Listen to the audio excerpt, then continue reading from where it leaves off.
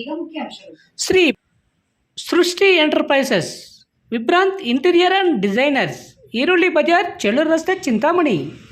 ನಮ್ಮಲ್ಲಿ ನೂತನವಾಗಿ ನಿರ್ಮಿಸಿರುವ ಮನೆಗಳಿಗೆ ಪ್ಲಾಸ್ಟಿಂಗ್ ಆದ ಮೇಲೆ PVC ಸೀಟ್ಗಳನ್ನು ಗೋಡೆ ಮತ್ತು ಮೇಲ್ಛಾವಣಿಗೆ ಹೊಸ ತಂತ್ರಜ್ಞಾನ ಮತ್ತು 50ಕ್ಕೂ ಹೆಚ್ಚು ವಿನ್ಯಾಸದೊಂದಿಗೆ ಅಳವಡಿಸಿಕೊಡಲಾಗುವುದು. UPVC ಮತ್ತು ಸಾಫಿಟ್ ಪಾಲಿವುಡ್ ಕಂಪನಿಯ ಸಾಮಗ್ರಿಗಳು ನಮ್ಮಲ್ಲಿ ಸಿಗಲಿವೆ. ಕಡಿಮೆ ಬೆಲೆಯಲ್ಲಿ ಹಾಗೂ ಹೋಲ್ಸೇಲ್ ದರದಲ್ಲಿ ಸಾಮಗ್ರಿಗಳು ಸಿಗಲಿದ್ದು, ಫಿಟ್ಟಿಂಗ್ ಮಾಡುವ ಕೆಲಸಗಾರರು ಕೂಡ ನಮ್ಮಲ್ಲಿ ಸಿಗುತ್ತಾರೆ.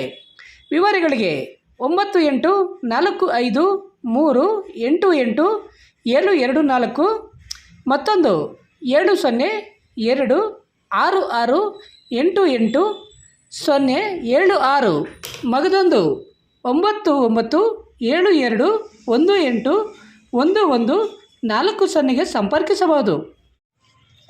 ಬಹುಶಃ ಇವತ್ತಿನ ಒಂದು ಜಾಗತಿಕ ವ್ಯವಸ್ಥೆಯಲ್ಲಿ ಮತ್ತು ಏನು ನಮ್ಮ ಆಹಾರ ಪದಾರ್ಥಗಳು, ಹಿಂದೆ ನಾವು ಯಾವ ರೀತಿ ಆಹಾರ ಸೇವನೆ ಮಾಡ್ತಾ ಇದ್ವಿ, ಯಾವ ರೀತಿ ನಮ್ಮ ಆಹಾರ ಸೇವನೆಯಲ್ಲಿ ಶಿಸ್ತಿತ್ತು, ಈಗ ನಾವು ಯಾವ ರೀತಿ ಆಹಾರ ಪದಾರ್ಥಗಳನ್ನು ನಾವು ಸೇವನೆ ಮಾಡ್ತಾ ಇದ್ದೀವಿ, ಅದು ಯಾವ ಗುಣಮಟ್ಟದ ಆಹಾರ ಅಂತಕ್ಕಂಥದ್ದು ಕೂಡ ಭಾಳ ಮುಖ್ಯವಾದಂಥ ವಿಚಾರ. ನಾವಿವತ್ತು ತರಕಾರಿ ಬೆಳೀತಕ್ಕಂಥದ್ದು ಎಲ್ಲಿ, ಯಾವ ರೀತಿ ತರಕಾರಿ ಯಾವ ಭಾಗದಿಂದ ಹೇಗೆ ಬೆಳೀತಾ ಇದ್ದಾರೆ, ಯಾವ ರೀತಿ ಒಂದು ಔಷಧಿಗಳನ್ನು ಬಳಸಿರ್ತಾರೆ ಹೆಚ್ಚು ಇಳುವರಿ ಬರಲಿಕ್ಕೆ ಅಥವಾ ಹೆಚ್ಚು ಆದಾಯ ಬರಲಿಕ್ಕೆ, ಇವೆಲ್ಲವನ್ನು ನಾವು ನೋಡ್ತಾ ಹೋದಾಗ ನಾವೇ ಇವತ್ತು ನಮ್ಮ ಆರೋಗ್ಯವನ್ನು ಕೆಡಿಸ್ಕೊಳ್ಳಿಕ್ಕೆ ಏನು ನಾವು ಕೆಲವು ಪದಾರ್ಥಗಳು ಸೇವನೆ ಮಾಡೋದ್ರಿಂದ, ದೀರ್ಘಕಾಲ ಅಂಥ ಪದಾರ್ಥಗಳು ಸೇವನೆ ಮಾಡೋದ್ರಿಂದ ವಿವಿಧ ರೀತಿಯ ಕಾಯಿಲೆಗಳಿಗೆ ಗುರಿಯಾಗ್ತಕ್ಕಂಥದ್ದು ನಾವು ನೋಡ್ತಾ ಇದ್ದೀವಿ. ಸುಮಾರು ಈಗ ಲೈಫ್ ಎಕ್ಸ್ಪೆಕ್ಟೆನ್ಸಿ ಅಂದರೆ ಜೀವನ ಶೈಲಿಯ ಮೇಲೆ ಈಗ ಹಿಂದೆ 55-60 ವರ್ಷ ಆ್ಯಾವ್ರೇಜ್ ಲೈಫ್ ಎಕ್ಸ್ಪೆಕ್ಟೆನ್ಸಿ ಅಂತಕ್ಕಂಥದ್ದು. ಈಗ ಇವತ್ತು ಒಳ್ಳೆ ಗುಣಮಟ್ಟದ ಔಷಧಿಗಳು ಮತ್ತು ಬೇರೆ ಬೇರೆ ಕಾಯಿಲೆಗಳಿಗೆ ಇರ್ತಕ್ಕಂಥ ಒಂದು ಶಸ್ತ್ರಚಿಕಿತ್ಸೆಗಳಿರ್ಬೋದು, ಅಥವಾ ಈಗ ತಮಗೆ ಗೊತ್ತಿದೆ ಹೃದಯ ಜೋಡಣೆನೂ ಆಗ್ತಾ ಇದೆ.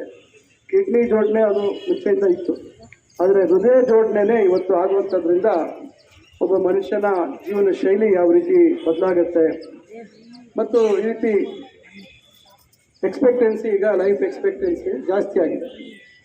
ಆದರೂ ಸಣ್ಣ ವಯಸ್ಸಿನವರು ಇವತ್ತು ಹೃದಯಾಘಾತಕ್ಕೆ ಒಳಗಾಗ್ತಕ್ಕಂಥದ್ದು, ಬೇರೆ ಬೇರೆ ರೀತಿ ನಾವು ಹುಟ್ಟುತ್ತಾನೆ ಅವರಿಗೆ ಕ್ಯಾನ್ಸರ್ಗೆ ಗುರಿ ಆಗ್ತಕ್ಕಂಥದ್ದು, ಸಣ್ಣ ಸಣ್ಣ ಮಕ್ಕಳನ್ನು ನಾವು ನೋಡ್ತಾ ಇದ್ದೀವಿ. ಇದು ದೊಡ್ಡ ಸಂಖ್ಯೆಯಲ್ಲಿ ಆಗ್ತಾ ಇದೆ. ಇನ್ನು ತಮಗೆ ಗೊತ್ತಿದೆ, ಇತ್ತೀಚೆಗೆ ಇಡೀ ಪ್ರಪಂಚಕ್ಕೆ ಕೊರೋನಾ ವ್ಯಾಧಿ ಬಂದು ಯಾವ ರೀತಿ ಪರಿಸ್ಥಿತಿ ಆಯಿತು. ಹೆಚ್ಚಾಗಿ ವಯಸ್ಸಾಗಿರ್ತಕ್ಕಂಥ, ಬೇರೆ ಆರೋಗ್ಯದಲ್ಲಿ ಬೇರೆ ಬೇರೆ ರೀತಿ ತೊಂದರೆಗಳಿರ್ತಕ್ಕಂಥವ್ರಿಗೆ ಹೆಚ್ಚು ಅವ್ರ ಮೇಲೆ ಪರಿಣಾಮ ಆಗಿರ್ತಕ್ಕಂಥದ್ದು. ಭಾಳಷ್ಟು ಜನ ತಮ್ಮ ಇಡೀ ಕುಟುಂಬದ ಆಧಾರ ಸ್ತಂಭವಾಗಿರ್ತಕ್ಕಂಥವರನ್ನು ಕಳ್ಕೊಂಡ್ರು. ಸಣ್ಣ ವಯಸ್ಸಿನವರು ಒಂದು ವಾರಕ್ಕೆ ಅವರು ಗುಣ ಆಗ್ತೀರ ಅವರು ತೀರ್ಕೊಂಡಿರ್ತಕ್ಕಂಥದ್ದನ್ನು ನೋಡಿದ್ದೀವಿ. ನಾವು ಪ್ರತಿ ದಿವಸ ನಮ್ಮ ಜೀವನ ಈ ಭೂಮಿ ಮೇಲೆ ಬೋನಸ್ ಅಂತೇಳಿ ನಾವು ಸ್ವೀಕಾರ ಮಾಡ್ತೀವಿ. ಮೊನ್ನೆ ಒಂದು ವಿಮಾನ ಅಪಘಾತ ಆಯಿತು.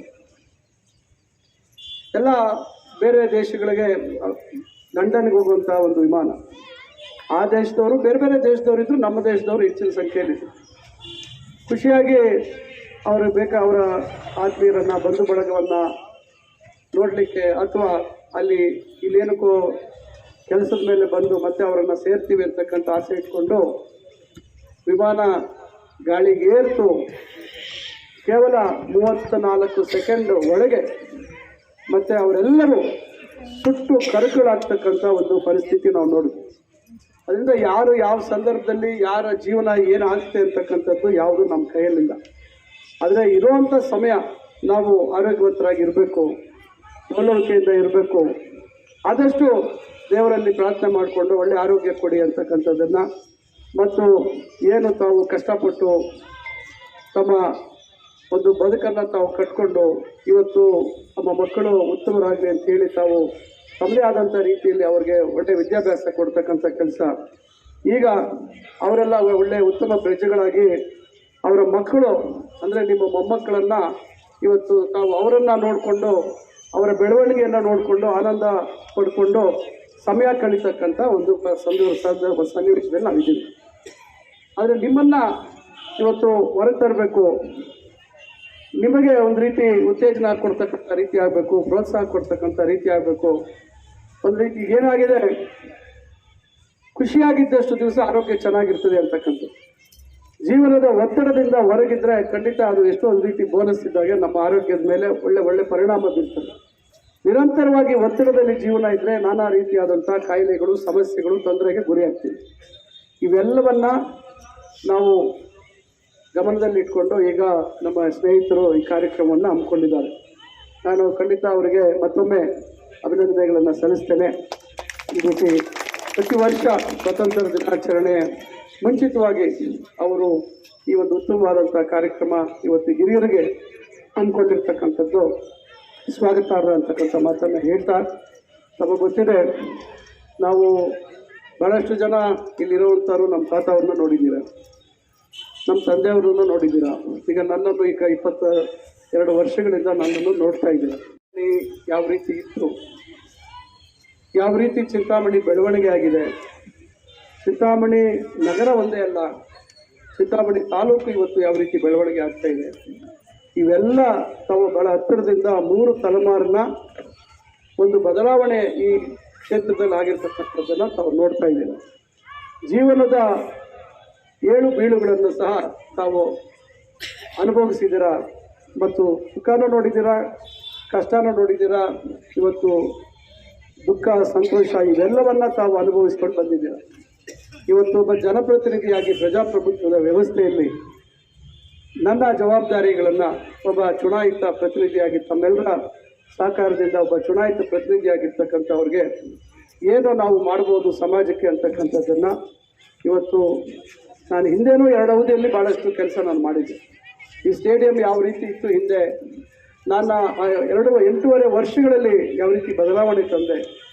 ನಿನ್ನೆ ಬಂದ ರೀತಿಯಲ್ಲಿ ಮಳೆ ಬಂದಿದ್ದರೆ 2004ಕ್ಕಿಂತ ಮುಂಚಿತವಾಗಿ ಏನು ಇರ್ತಾ ಇತ್ತು ಪರಿಸ್ಥಿತಿ, ಎಲ್ಲ ಫೋಟೋಗಳು ನನ್ನ ಹತ್ರ ಇದೆ.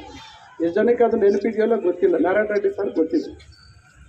ಯಾವ ರೀತಿ ಇದನ್ನು ಪರಿವರ್ತನೆ ಮಾಡಿದ್ವಿ, ಇವೆಲ್ಲ ಇದೊಂದೇ ಅಲ್ಲ, ಶಿಕ್ಷಣ ಕ್ಷೇತ್ರದಲ್ಲಿ ಈಗ ತಾವು ನೋಡ್ತೀರಾ, ಇನ್ನು ಈಗಾಗಲೇ ಈ ಹಿಂದುಗಡೆ ಇರ್ತಕ್ಕಂಥ ಕಾಲೇಜುಗಳ ಕಟ್ಟಡಗಳು ಯಾವ ರೀತಿ ಆಗ್ತಾ ಇದೆ.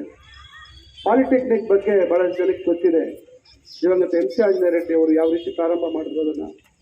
76 ವರ್ಷ ಆಗಿದೆ. ಈಗ ನಾನು ಕೇವಲ 76 ಕೋಟಿ ಕೊಡಿಸಿದ್ದೀನಿ. 76 ಕೋಟಿ ಈಗ ಆ ಕಾಲೇಜಿಗೆ ಇಡೀ ರಾಜ್ಯದಲ್ಲೇ ಒಂದು ಮಾದರಿಯಾಗಿ ಆ ಕಾಲೇಜನ್ನು ನಾವು ಮಾಡುವಂಥದ್ದಕ್ಕೆ ಈಗಾಗಲೇ ಕಾಮಗಾರಿ ಪ್ರಾರಂಭ ಆಗಿದೆ, ಒಂದು ಮಟ್ಟಕ್ಕೆ ಬಂದಿದೆ. ಮುಂದಿನ ದಿನಗಳಲ್ಲಿ ಮುಂದೆ ಇರ್ತಕ್ಕಂಥ ಹಳೆ ಕಟ್ಟಡವನ್ನು ತೆಗಿತೀವಿ.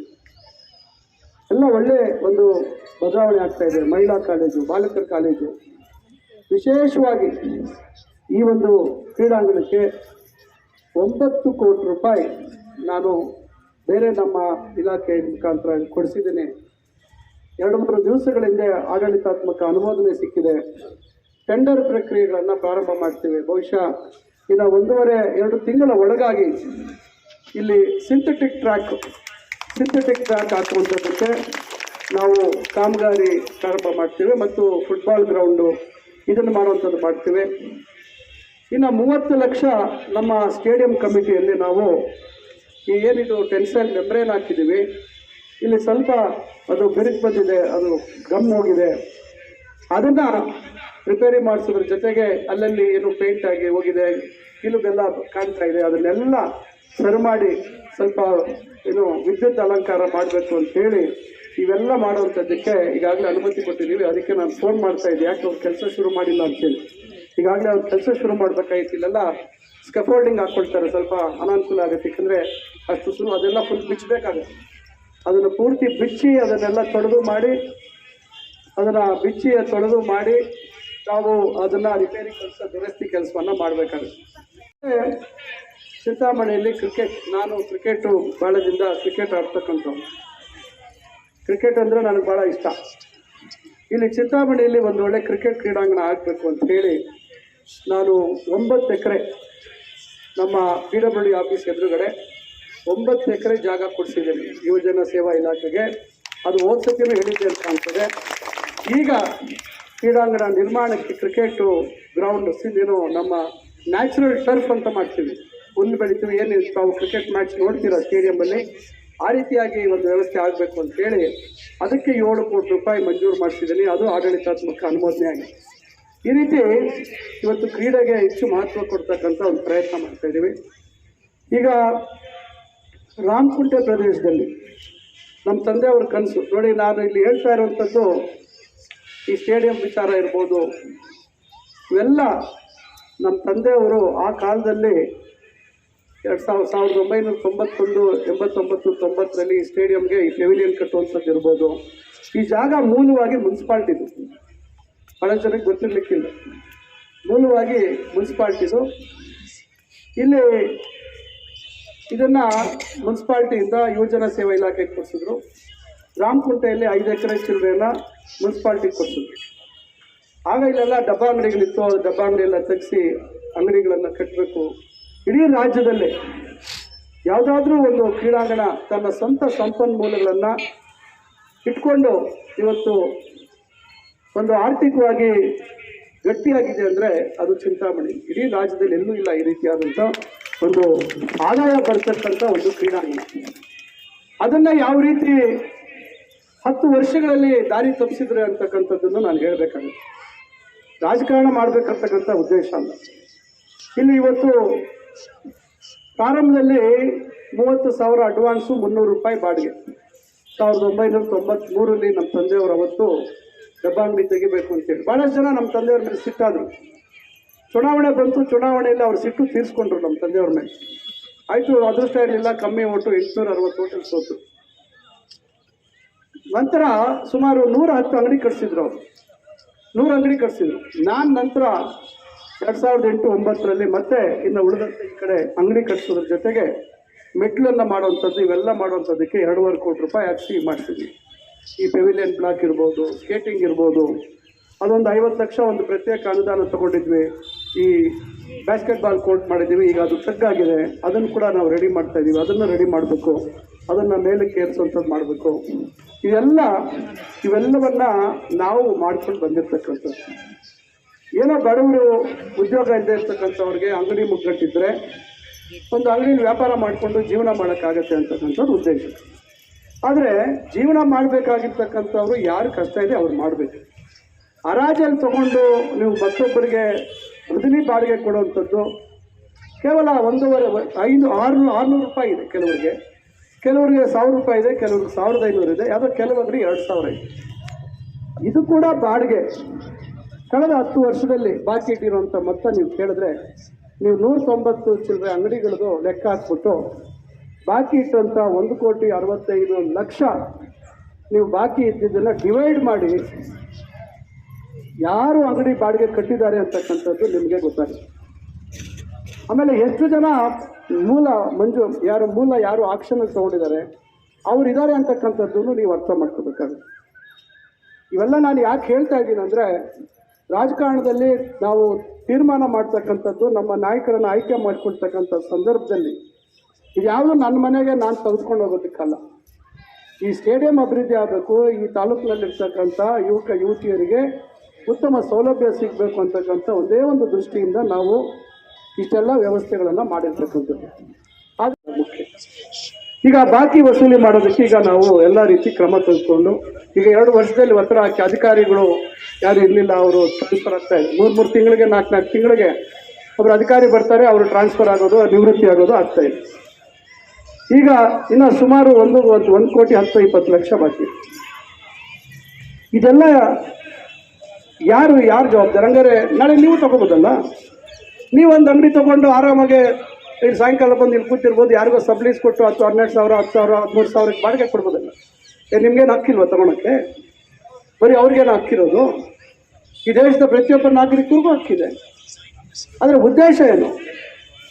ಈ ರೀತಿ ಒಂದು ಅವ್ಯವಸ್ಥೆಯನ್ನು ಮಾಡಿರ್ತಕ್ಕಂಥದ್ದು ಈ ಒಂದು 10 ವರ್ಷಗಳಲ್ಲಿ ನಡೆದಿರ್ತಕ್ಕಂಥದ್ದೆಲ್ಲ ಈಗ ದಾಖಲೆಗಳು ಕೂಡ ಮಾಯ ಮಾಡಿದ್ರು. ನಾನು ಭಾಳಷ್ಟು ಮುಂದಾಲೋಚನೆ ಇಟ್ಕೊಂಡು ನಾನು ಕೆಲಸ ಮಾಡ್ತೇನೆ. ಎಲ್ಲೋ ಒಂದು ಕಡೆ ನನಗೆ ದೇವರು ಆವತ್ತು ಆ ಸಂದರ್ಭದಲ್ಲಿ ಒಂದು ಆಲೋಚನೆಯನ್ನು ಕೊಟ್ಟರು. ಯಾವುದಕ್ಕೂ ಇರಲಿ ಈ ಡಾಕ್ಯುಮೆಂಟ್ ಒಂದು ಕಲರ್ ಜೆರಾಕ್ಸ್ ಮಾಡಿ ಇಟ್ಕೊಂಡ್ಬಿಟ್ರೆ ಒಳ್ಳೆಯದು ಅಂತ ಹೇಳಿ ಪ್ರತಿಯೊಂದು ಡಾಕ್ಯುಮೆಂಟು ನನ್ನ ಹತ್ರ ಫೈಲ್ ಮಾಡಿ ಇಟ್ಟಿರ್ತೀನಿ. ಕಡೆಗೆ ಈಗ ಮೂಲ ಮಂಜೂರಾತಿ ದಾಖಲೆ ನಾನೀಗ ಅವರಿಗೆ ಕಲರ್ ಜೆರಾಕ್ಸ್ ಇದ್ದಿದ್ದು ನಾನು ಕೊಡುವಂಥ ಪರಿಸ್ಥಿತಿ ನಿರ್ಮಾಣ ಆಯಿತು. ಯಾರ್ಯಾರು ಮೂಲ ಮಂಜೂದಾರರಿದ್ದಾರೆ, ಯಾರಿದ್ದಾರೆ ಇವತ್ತು, ಯಾರ್ಯಾರು ಫೋಟೋಗಳು ಅವತ್ತೇ ತಿದ್ದಿದ್ರು, ಯಾರು ಫೋಟೋ ಬದಲಾಯಿಸಿದ್ದಾರೆ, ಯಾರು ಹೆಸರು ಮುಸಲ್ಮಾನರ ಹೆಸರಿದೆ ಅಲ್ಲಿ ಫೋಟೋಲ್ಲಿ ಬೇರೆಯವರಿದ್ದಾರೆ, ಅವತ್ತೇ ಇತ್ತು. ಇಲ್ಲ ಎಲ್ಲ ಒಂದೇ ಸತಿ ಮಾಡಿದ್ರೆ ಸ್ವಯಂಪ ವೈನೋಸ್ತೆ ಅಂತ ಇಟ್ಲ ಪನ್ಸಿಸ್ತಾರೆ. ಏನು ಎಟ್ಲ ಪನ್ಸಿಸ್ತೀವಿ? ಇವತ್ತು ಸರಿ ತಪ್ಪು ಅಂತ ಹೇಳೋದೇ ಇವತ್ತು ಹೇಳಬಾರ್ದು ಅಂತ ಜನ ಭಾವಿಸ್ಕೊಂಡ್ರೆ ನಾವು ಇನ್ನೇನು ಮಾಡ್ಬೇಕು? ಇಲ್ಲಿ ಯಾವ ರೀತಿ ನಾನು ನಿಮ್ಮ ಓಟ್ ತೊಗೊಂಡು ನಾನು ನ್ಯಾಯ ಮಾಡಬೇಕು? ನಾನಿವತ್ತು ಒಬ್ಬರ ಇಬ್ಬರಿಗೋ ಒಳ್ಳೆಯವನಾಗಬೇಕು ಅಂತಕ್ಕಂಥ ದೃಷ್ಟಿಯಲ್ಲಿ ಇಡೀ ಇವತ್ತು ಕ್ರೀಡಾ ಪ್ರೇಮಿಗಳಿಗೆ, ಕ್ರೀಡಾಪಟುಗಳಿಗೆ ಸಿಗಬೇಕಾದಂಥ ಸೌಲಭ್ಯ, ಅನುಕೂಲಗಳನ್ನು ವಂಚನೆ ಮಾಡಲಿಕ್ಕೆ ಸಾಧ್ಯ ಇದೆಯಾ? ಹೋಗಲಿ, ಏನು ಅವರ ಶ್ರಮ ಏನು ಹೇಳಿ? ನಿಜವಾಗ್ಲೂ ಇವತ್ತು ಶ್ರಮ ಏನಾದರೂ ಇದ್ದರೆ ಅಲ್ಲೊಂದು ಬೋರ್ಡ್ ಹಾಕ್ಕೊಂಡಿದ್ದಾರೆ. ಟಾಯ್ಲೆಟ್ ಕೂಡ ಡಿಸೈನ್ ಮಾಡಿಸಿದ್ದು ನಾನೇ. ನಾನು ಸೋತೋಗ್ಬಿಟ್ಟೆ, ಅಲ್ಲಿ ಬೋರ್ಡ್ ಹಾಕ್ಕೊಂಡಿದ್ದೆ. ಇವತ್ತು ಅಲ್ಲಿ ಪರಿಸ್ಥಿತಿ ಏನಿದೆ, ಈಗ ಅದನ್ನು ನವೀಕರಣ ಮಾಡಬೇಕು. 25 ಲಕ್ಷ ರೂಪಾಯಿ ದುಡ್ಡಿದೆ, ಅದಕ್ಕೆ ಬೇರೆ ಎಸ್ಟಿಮೇಟ್ ಮಾಡಿಸ್ತಾ ಇದ್ದೀವಿ. ಈಗ ಅಲ್ಲಿ ಆಗಿರ್ತಕ್ಕಂಥ ಆಟಿಕೆಗಳು, ಅದೇನೋ ಒಂದು ಎಕ್ಸಸೈಸಿಂಗ್ ಎಕ್ವಿಪ್ಮೆಂಟ್, ಅದು ಯಾವ ದುಡ್ಡು ಹೇಳಿ? ಸರ್ಕಾರದಿಂದ ₹1 ತರಲಿಲ್ಲ. ಇದೇ ಅಂಗಡಿಗಳ ಬಾಡಿಗೆಗಳಲ್ಲಿ ಖರ್ಚು ಮಾಡಿರುವಂಥದ್ದು 2-3 ಸತಿ ಮಣ್ಣು ಹಾಕೋದಿಲ್ಲಿ. ಇದ್ಯಾವುದೋ ಒಂದು ಬ್ಯಾಡ್ಮಿಂಟನ್ ಆಟ, ಇವತ್ತು ಅದು ಆಟ ಆಡೋರು ಕಮ್ಮಿ ಜನ. ಇವತ್ತು ಇಲ್ಲಿರೋರು ಯಾರಾದರೂ ಆಡೋರಿದ್ರೆ ಕೈ ಎತ್ತಿ. ಚಿಂತಾಮಣಿಯಿಂದ 6 ಜನಕ್ಕೆ 6-7 ಜನಕ್ಕೆ ಎಷ್ಟಾಗಿದ್ದೀರಪ್ಪ? ಅದೇ 20 ಜನಕ್ಕೆ ಇವತ್ತು ಇದನ್ನು ಮಾಡಿಕೊಟ್ಟಂಗೆ ಆಯ್ತು. ಇವತ್ತು ಅದನ್ನೇನಾದರೂ ಅಂತಾರಾಷ್ಟ್ರೀಯ ಮಟ್ಟದಲ್ಲಿ ಆಡೋ ಆಟ ನಾವು ಈ ರೀತಿ ಅವೈಜ್ಞಾನಿಕವಾಗಿ ನಾವಲ್ಲಿ ನಾವು ಟೆನ್ನಿಸ್ ಕೋರ್ಟ್ ಮಾಡೋಣ ಅಂತಿದ್ವಿ. ಏನೋ ಒಂದು ಟೆನ್ನಿಸ್ ಕಲೀಲಿ, ನಾಳೆ ಲಾನ್ ಟೆನ್ನಿಸ್ ಕಲೀಲಿ ಅಂತಕ್ಕಂಥದ್ದಕ್ಕೆ ನಾನು ಅದನ್ನು ನಿಗದಿ ಮಾಡಿದ್ದೆ. ಇವೆಲ್ಲ ಪ್ಲ್ಯಾನ್ ಮಾಡ್ತಿರೋದು ನಾನೇ, ಮಾಸ್ಟರ್ ಪ್ಲ್ಯಾನ್ ಮಾಡ್ತಿರೋದು ನಾನೇ. ಆದರೆ ಅದನ್ನು ಗೊತ್ತಿಲ್ಲ ಅವ್ರ ಪಾಪ. ಏನೋ ಚಿಂತಾಮಣಿಗೆ ಬಂದರು ಜನ, ಪಾಪ ನಾನು ಕೆಟ್ಟವನು, ಅವ್ರು ಒಳ್ಳೆಯವರು ಅಂಥೇಳಿ ಅವ್ರಿಗೆ ಆಶೀರ್ವಾದ ಮಾಡಿ 2 ಸತಿ, ಒಂದಲ್ಲ 10 ವರ್ಷ. ನಾನು ಬರೀ 8.5 ವರ್ಷ ಇದ್ದೆ. 2 ಅವಧಿ ಇದ್ದರೂ ಕೂಡ ಬರೀ 8.5 ವರ್ಷದಲ್ಲಿ ಇಷ್ಟೆಲ್ಲ ಬದಲಾವಣೆಯನ್ನು ತಂದಿದ್ದೆ ನಾನು. ಡಬಲ್ ರೋಡ್ಗಳಿರ್ಬೋದು, ಪ್ರತಿಯೊಂದು ಇರ್ಬೋದು, ಇಷ್ಟೆಲ್ಲ ನಾವು ಮಾಡಿದ್ವಿ. ಆದರೆ ಜನ ತೀರ್ಮಾನ ಮಾಡಿದ್ರು, ಅದನ್ನು ನಾನು ಹೆಚ್ಚಿಗೆ ವಹಿಸಿ ಚರ್ಚೆ ಮಾಡೋಕ್ಕೆ ಹೋಗಲ್ಲ. ನಾನು ನಿಮ್ಮ ಮುಂದೆ ಹೇಳ್ತಾ ಇರುವಂಥದ್ದು ಏನು ಒಂದು ಕ್ರೀಡಾಂಗಣಕ್ಕೆ ಆಗಿರ್ತಕ್ಕಂಥ ಒಂದು ಪರಿಸ್ಥಿತಿ ಏನು ತಂದರು ಅಂತಕ್ಕಂಥದ್ದು. ಯಾರು ಅಂಗಡಿ ಹರಾಜು ಹಾಕಿದ್ದಾರೆ, ಹರಾಜು ದುಡ್ಡು ತೊಗೋಬೇಕಲ್ವಾ? ಅಡ್ವಾನ್ಸ್ ದುಡ್ಡು ತೊಗೋಬೇಕಲ್ಲಮ್ಮ? ಅದು ಯಾವುದು ತೊಗೊಳ್ತೀರ, ಅಂಗಡಿ ಹೆಂಗೆ ಕೊಡ್ತೀರಮ್ಮ? ಸರಿನಾ? ಅದು ಇದ್ರ ಬಗ್ಗೆ ಅವ್ರು ಸಮಜಾಯಿಷಿ ಹೇಳ್ಬೇಕಲ್ಲ. ಇದಕ್ಕೆಲ್ಲ ಅಡ್ವಾನ್ಸು ನೀವು ಆಕ್ಷನಲ್ಲಿ ಆಕ್ಷನ್ ಕೂಗಿರೋದು ದುಡ್ಡು ತೊಗೊಳ್ತೀರಾ, ನೀವು ಅಂಗಡಿ ಅವರಿಗೆ ಹಸ್ತಾಂತರ ಮಾಡ್ತೀರಾ ಅಂದರೆ ಏನಂದರೆ ನಿಮ್ಮ ಜನಪ್ರತಿನಿಧಿಯಾಗಿ ನಿಮ್ಮ ಉದ್ದೇಶ ಏನು? ಇವೆಲ್ಲ ಭಾಳಷ್ಟಿದ್ದಾವೆ. ಇನ್ನು IDSMT ಕಾಂಪ್ಲೆಕ್ಸ್ ಅದ ಹೇಳಕ್ಕೆ ಹೋಗಲ್ಲ. ಇದರಿಂದ